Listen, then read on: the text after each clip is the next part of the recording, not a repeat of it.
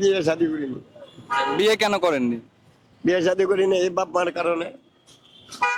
বিয়ে শাদী করলে বাপ মারে দূরে সরে রাখতে হয়, এই কারণে করিনি। বাপ মারে খুব ভালোবাসতাম।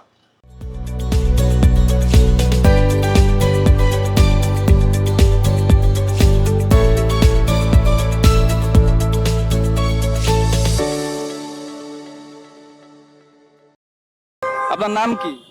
মোহাম্মদ বাবুল। আচ্ছা, আপনি কি করেন? রিক্সা চালাই। আপনার পরিবারে কে কে আছে? আমার দুনিয়া কেউ নেই, আপনার বউ বাচ্চা নেই? কেউ নেই। বিয়ে শাদী করিনি। বিয়ে কেন করেননি? বিয়ে শাদী করিনি এই বাপ মার কারণে।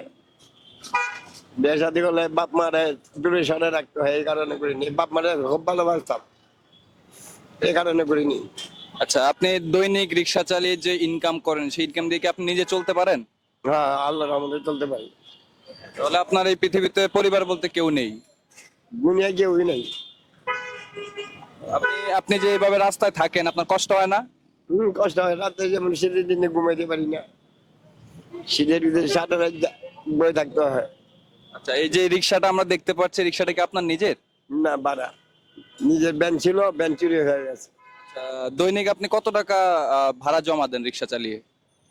আজকে হইলো 40 টাকা দিই, আর এমনি খোলা দিন 70 টাকা। তো দেশবাসীর প্রতি আপনার কোনো অভিযোগ আছে কিনা? দেশবাসীর কাছে বুঝে কি চাটা কি করবো, হেল্প করবো, কেবল হেল্প করি না মানুষ নাই। আহ, বাংলাদেশের সরকারের কাছে আপনার কোনো আবেদন আছে কিনা? সরকারের কাছে আবেদন কি, যদি একটা বাড়ি বইতাম থাকতে পারতাম। এই একটা রিক্সা দিলে নিজে চালাইলে যেমন টাকার আমার আয় থাকতো আর কি। যে টাকা জমা দিই ওই টাকার আয় থাকতো আমার। খাওয়া দাওয়া কোথায় করেন এখন? হোটেলে করি। আর মাসিক খরচ কত যায় আপনার?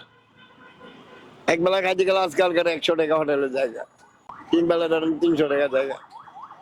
আপনার মারা যাওয়ার পর আপনার দায়িত্ব নেওয়ার মতো এমন কেউই পৃথিবীতে বেঁচে নেই। না, কেউ নেই। দর্শক, আপনারা দেখছেন যে আমি এতক্ষণ একজন বৃদ্ধ মানুষের সাথে কথা বলেছি। তিনি খুবই অসহায়, ভাড়ায় চালিত রিক্সা চালায়। তিনি রিক্সা চালিয়ে যেই আয় হয় সেই আয় দিয়ে তিনি তার দৈনন্দিন খরচ চালান, এবং তিনি কখনো বিয়ে করেননি। বাবা মাকে ছেড়ে দূরে থাকতে হবে, এই কারণে বাবা মা মারা গেছেন। পৃথিবীতে তার এখন আপন বলতে কেউই নেই। সে পৃথিবীতে খুবই একা, রাস্তায় জীবনযাপন করছে। সে তার গায়ে কোনো ভালো পোশাকও নেই। ঢাকায় সামান্য পরিমাণ শীতের আভাস আমরা দেখতে পাচ্ছি, যে এই শীতে সে রাস্তায় অবস্থান করছে। রাস্তায় ঘুমাতে তার অনেক পরিশ্রম হচ্ছে। দর্শক, আজকে এই পর্যন্তই। নিজামুল ইসলামের রিপোর্ট, আগামী সকাল, ঢাকা।